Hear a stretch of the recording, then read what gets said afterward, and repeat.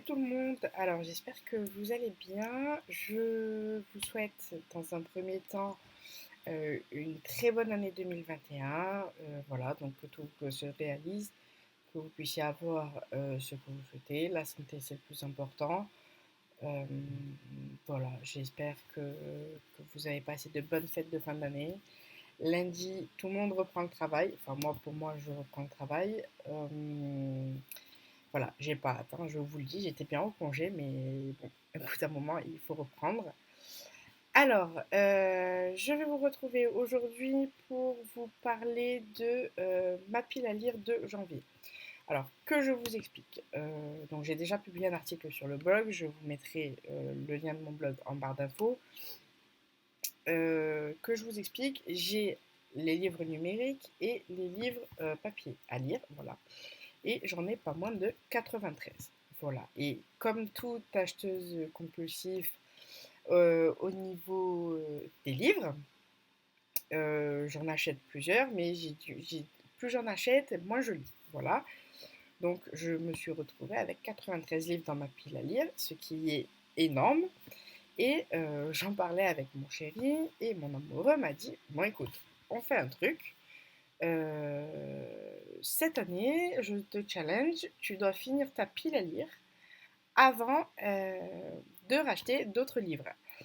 Alors, comment vous dire que j'ai pas trop aimé au début, voilà, tout simplement parce que bah, moi j'aime les challenges, mais je sais très bien que c'est hyper compliqué pour que c'est hyper compliqué pour moi de ne pas acheter des livres, voilà, que ce soit en occasion ou pas. J'ai donc décidé de relever son challenge. Et comme il est un petit peu farceur, il m'a dit, eh ben écoute, tu as jusqu'à la fin de l'année pour lire euh, toute ta bibliothèque. Je dois dire que ne pas acheter des livres jusqu'à la fin de l'année, ça va être hyper compliqué, mais donc du coup j'ai décidé de me challenger moi-même, c'est-à-dire que je vais essayer de lire une dizaine de livres par mois jusqu'au mois de septembre. Voilà. Donc comme vous pouvez le voir, j'ai mes petites piles à lire. Vous voyez, elles sont déjà faites. Elles sont déjà toutes faites.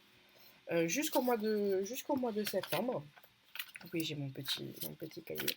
Jusqu'au mois de septembre, dans laquelle je mets justement des livres papier et des livres numériques. Alors, mon chéri, hier soir, ayant vu ça, il m'a dit, bah, écoute, les livres que tu n'auras pas lus ce mois-ci se reporteront sur le mois d'après, etc. Jusqu'à septembre. Voilà, donc tant que tu as des livres dans ta pile à lire, tu n'achètes pas des livres. Je dois vous dire que je vais être extrêmement malheureuse 2021 à ce niveau-là. Alors, il faut savoir que, comme il m'a dit, les livres qu'on t'offre ne comptent pas dans cette pile à lire, tout simplement parce que je ne les lirai pas de suite. Voilà, il faut déjà que je termine ma pile à lire à moi avant de, avant de pouvoir commencer les autres. Voilà, sachant que à Noël, j'ai eu 3 livres. Voilà, donc eux, ils sont inclus dans ma pile à lire de cette année 2021.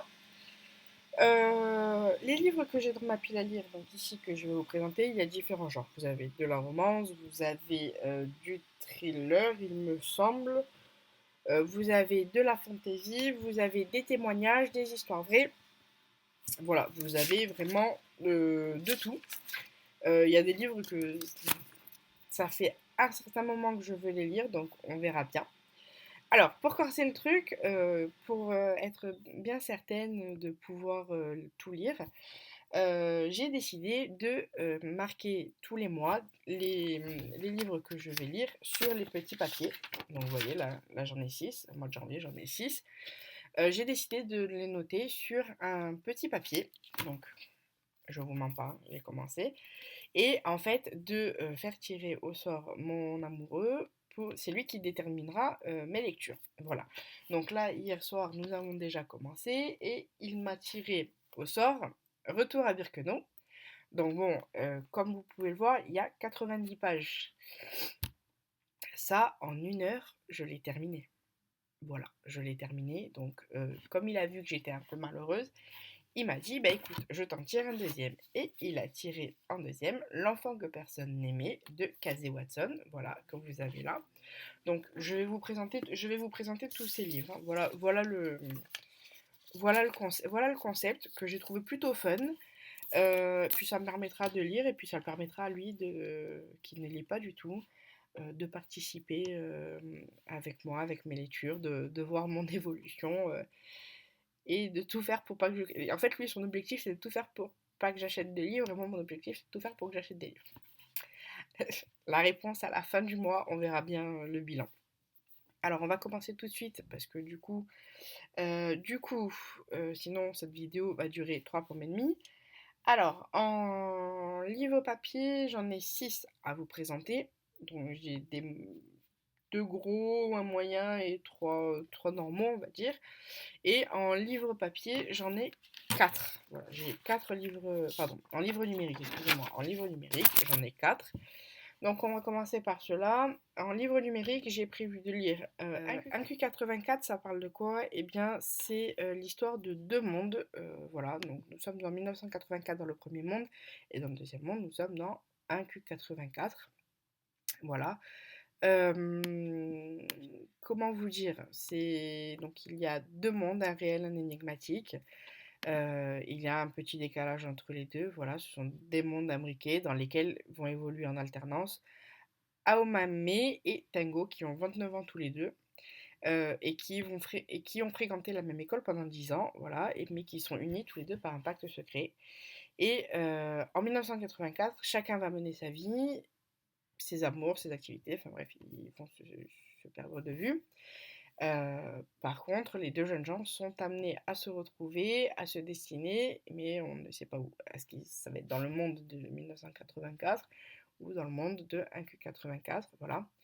Alors, 1Q84, c'est plus une odyssée initiatique jouant avec les espaces et les volumes, et les temps, pardon,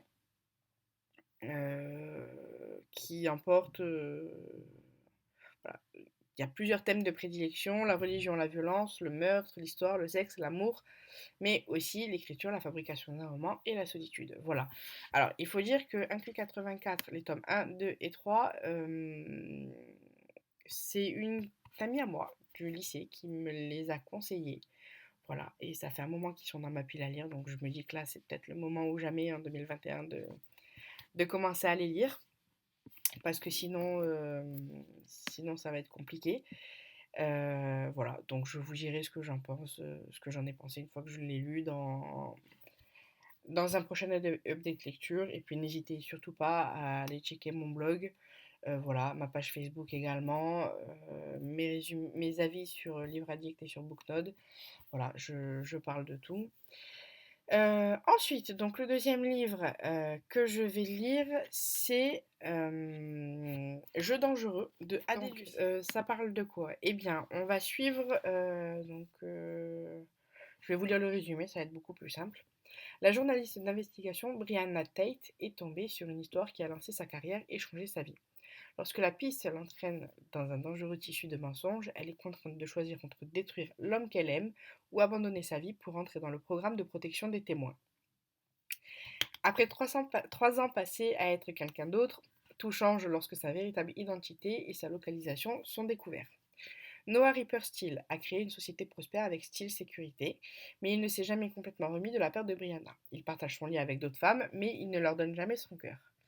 Sa vie se résume désormais à son travail. Tout change lorsqu'une nuit, il surprend un individu chez lui et apprend qu'il s'agit de son amour perdu, Brianna. Il découvre alors que la passion qui les consumait est toujours là, brûlant encore plus fort. Cependant, même l'amour de Noah ne peut apaiser la douleur infligée par la trahison de Brianna, et il se débat pour savoir s'il doit la laisser revenir dans sa vie. Brianna est la seule femme qu'il a aimée, et qu'il n'est pas certain de pouvoir lui pardonner. Pour survivre, Noah et Brianna vont devoir s'unir, découvrir la vérité et révéler la véritable menace avant qu'il ne soit trop tard. Voilà, alors 4 livres numériques, j'espère pouvoir tenir. J'ai hâte de lire tout ça, de lire ces livres numériques là. Bon, ça devrait être relativement simple les livres numériques, étant donné que j'ai ma liseuse, voilà, là, à ce niveau-là. Donc moi j'ai la Diva, j'ai ma liseuse et que j'essaye d'emporter partout avec moi.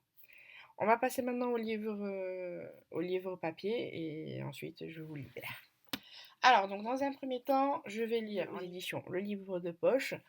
Alors, Retour à Birkenau, c'est quoi? C'est 90 pages dans lesquelles Ginette Kolinka va nous dire, va nous raconter son témoignage, son expérience des camps de concentration. Voilà. Donc, elle a été arrêtée par la Gestapo en mars 1944 et elle est arrêtée avec son petit frère, son père et son neveu. Voilà, elle est déportée à Birkenau. Elle est déportée à Birkenau. Ça c'est bien. Birkenau étant moins connu qu'Auschwitz, mais l'idée était la même. D'ailleurs, la phrase suivante vous le dit, hein, elle sera la seule à en revenir. Voilà, elle va croiser dans le convoi pour aller jusqu'à Birkenau deux jeunes filles qui vont devenir ses amies, donc Simone Jacob et Marceline Rosenberg, qui deviendront plus tard elles-mêmes Simone Weil et Marceline Loridan Evans. Voilà, donc elle raconte ce qu'elle a vu et ce qu'elle a connu, les coups, la faim, le froid, la haine, le corps et la honte de la nudité, les toilettes de ciment, de terre battue, la cruauté, parfois la fraternité, la robe que lui offrit Simone et qui la sauva. Aujourd'hui, donc, dans toutes les classes de France et à Birkenau, où elle retourne avec ses élèves, elle témoigne et elle se demande encore comment elle a pu survivre à ça. Voilà, je vous avouerai que j'ai très hâte de lire ce petit livre. Donc, comme vous le savez, c'est mon premier livre à lire que mon chéri m'a tiré au sort. J'en suis ravie, voilà, j'en suis ravie. Après, j'ai vu une édition, je crois que je crois que c'est PKJ, mais je ne suis pas certaine. J'ai vu une édition pour les jeunes, donc je pense que si l'édition me plaît, enfin, si le livre me plaît, je pense qu'il n'y a pas il y a pas de souci, puisque moi je suis une grande fan de Seconde Guerre mondiale et justement des témoignages qui ont attrait pour vivre l'horreur, etc. Euh, je pense que je vais me l'acheter dans l'autre édition que je trouve juste magnifique. Voilà, mais je pense que ça sera lu en une heure. En une heure, ça sera terminé et lui, je pense qu'il restera dans ma bibliothèque. Ensuite, je vais lire, donc, comme vous l'avez vu, L'enfant que personne n'aimait de Casey Watson, publié aux éditions France Loisirs, il me semble. Tout à fait. Aux éditions France Loisirs. Voilà, donc là, on va être sur un abandon d'enfant. Oui, je sais, je commence l'année 2021 de manière très gaie, moi, vous allez vous dire ça. Alors, qu'est-ce qui se passe? En fait, là, on va suivre Justine qui a 5 ans, qui n'a rien à manger avec ses frères et sœurs. Euh, voilà, il sent les larmes lui monter, la colère l'envahir et il ne sait pas ce qu'il doit faire parce que ça doit être, parce que j'ai compris, l'aîné. Voilà, c'est ça. Et effectivement, Justine n'a que 5 ans, ses frères ont 2 et 3 ans. Donc c'est vraiment lui l'aîné, un petit garçon de 5 ans. Leur mère les a abandonnés, laissés seuls et les a laissés affamés. Mais ce n'est pas la première fois qu'elle le fait. Et ce jour-là, Justine décide de mettre le feu à la maison. Voilà. Donc, on va suivre l'histoire 6 ans plus tard.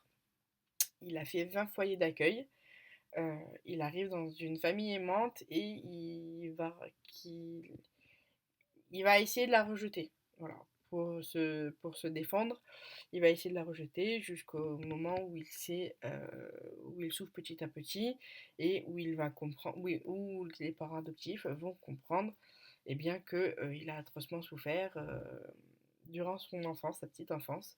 Voilà, donc j'ai vraiment hâte de lire ce livre-là. Bon, après, voilà, comme je vous disais, c'est écrit gros.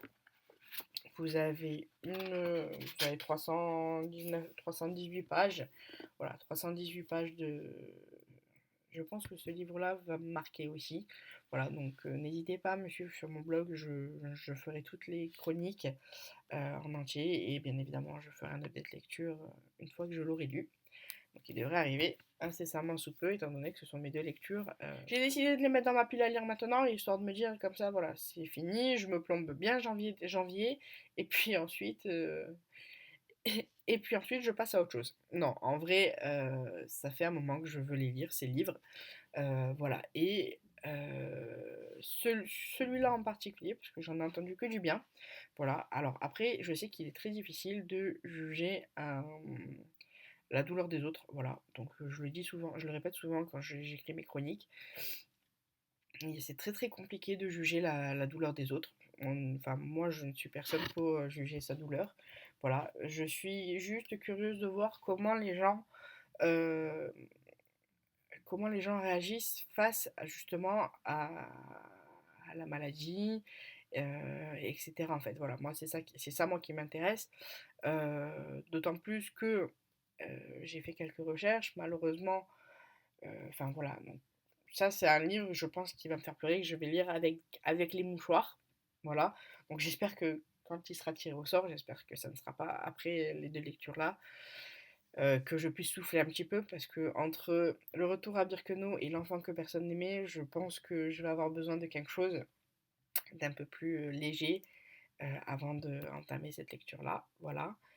Donc là, Anne Dauphine va nous raconter l'histoire du coup de sa fille, Thaïs, qui un jour, alors qu'elle se promenait sur la plage, elle remarque que sa fille marche d'un pas hésitant et donc elle lui fait faire une série d'examens et en fait on va découvrir que la petite Thaïs est atteinte d'une maladie génétique orpheline. Elle vient de fêter ses 2 ans et il ne lui reste plus que quelques mois à vivre.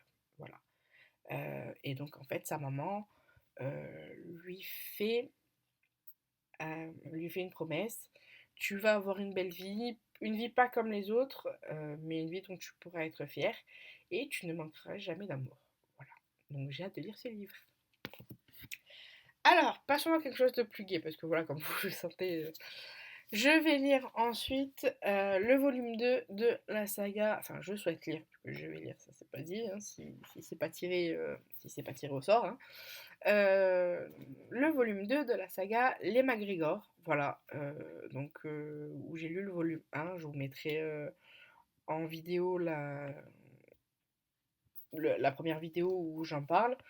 Euh, Voilà, donc là, c'est quoi? On va suivre le clan MacGregor et donc le livre est divisé en 3 histoires. Comme vous pouvez le voir, j'ai déjà fait les trucs. Et en fait, on va suivre les Campbell, pardon, les Campbell et les MacGregor. Voilà, ce sont 2 clans qui s'unissent. Alors moi, j'adore ça, les histoires de clans, etc., les histoires d'amour. Surtout Nora Roberts. Nora Roberts étant une autrice que j'adore. Voilà, je le dis clairement. Donc, dans la première histoire, on va suivre Grant Campbell qui va décider de se retirer donc dans un phare et qui va tomber sous le charme de sa voisine, Jenny, voilà, et cette jeune femme va le tromper, voilà. Ensuite, on va suivre l'histoire de Daniel MacGregor et de Anna MacGregor, qui sont le patriarche et la matriarche de la saga des MacGregor qu'on a suivi dans le tome 1. Alors, dans le tome 1, on suit les aventures des enfants de Daniel et de Anna, et là, du coup, on a l'histoire de la rencontre entre Daniel et Anna. Je vous avouerai que j'ai très hâte de lire celui-ci. Voilà. Et donc, dans la troisième petite histoire, enfin, petite, voilà, hein. Dans la troisième histoire, on va suivre Laura, Gwendoline et Julia MacGregor, qui sont les petites filles de Daniel et de Anna. Voilà, donc ce sont les filles de leurs enfants. Et on va suivre comment leur grand-père va essayer de les caser toutes les trois pour... voilà. Donc, dans la même foulée, je vais lire, enfin, j'espère dans la même foulée, le volume 3 donc de la saga des MacGregor, publié aux éditions Harlequin de Nora Roberts. Euh, alors, il y a un quatrième volume, je ne l'ai pas en ma possession, donc c'est pour ça que je n'ai mis que ces 2 volumes-là. Donc on est pareil, hein, on est encore sur un gros pavé. Lui, je n'ai pas eu encore le temps de le mettre de séparer les histoires. Voilà, donc on va suivre le fils, il me semble, de Justin et Serena. Voilà, le fils de Justin et Serena. Donc oui, ça part très très loin quand même dans l'histoire, puisqu'on les voit jeunes. Je pense qu'on va les voir un peu moins jeunes. Voilà, le fils donc de Justin et Serena, qui est directeur d'un casino comme ses parents. Voilà, et qui va rencontrer une jeune femme sans croire qui ne croit plus au conte de fées. Voilà, donc je pense que je vais bien aimer cette petite histoire. Ensuite, on a Dan, Yann et Duncan, pareil, qui sont les trois petits-fils de Daniel McGregor, donc qui sont les enfants de leurs enfants, hein. Voilà, et on a Sybil Campbell qui est l'opposé du clan McGregor. Voilà, donc j'ai vraiment hâte de lire ces petites histoires, ça m'a l'air super sympathique et ça faisait un moment que je voulais le lire. Et enfin, donc le dernier que je vais vous présenter, c'est Belle Époque de Elisabeth Ross. Voilà, ou donc publié aux éditions R, donc c'est Robert Laffont, voilà, publié aux éditions R et vous avez 300, euh, pardon, ah, vous avez 416 pages, voilà, 416 pages. Alors, on va pas se mentir, j'ai craqué pour la couverture, hein, voilà. La couverture est juste magnifique.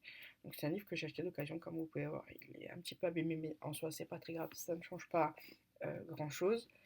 Donc là, on va se retrouver en 1889 à Paris. Donc, Maud Pichon, elle s'est enfuie de sa Bretagne natale. Elle a 16 ans, elle est sans ressources. Voilà, elle souhaite échapper à un mariage forcé et elle va se retrouver à Paris. Ville lumière en ébullition à la veille de l'exposition universelle. Vous savez, la veille de l'exposition universelle, c'est là où la tour Eiffel a été dévoilée. Voilà. Malheureusement, bah, ces illusions s'évanouissent aussi vite que ses économies et elle a désespérément besoin d'un emploi et elle va tomber sur une petite annonce habituelle où donc on demande des jeunes femmes pour faire un ouvrage facile, bien séance respectée, présentez-vous en personne à l'agence Durando, 27 avenue de l'Opéra à Paris. Donc voilà, vous voyez comment ça se présente. Donc elle va tomber sur ça. Et en fait, donc l'agence Durando va proposer effectivement un service quand même unique, un service de faire valoir. Voilà, étranglé par la misère, mode postule. Donc je vous avouerai que j'ai très hâte de le lire. Voilà, je kiffe la couverture. Je suis en admiration devant cette couverture. Voilà, je ne connais pas cette autrice, donc je vous en dirai plus une fois que je l'aurai lu. Pile à lire du mois de janvier, voilà, donc ça nous fait quand même une bonne dizaine de livres à lire avant de pouvoir passer à autre chose.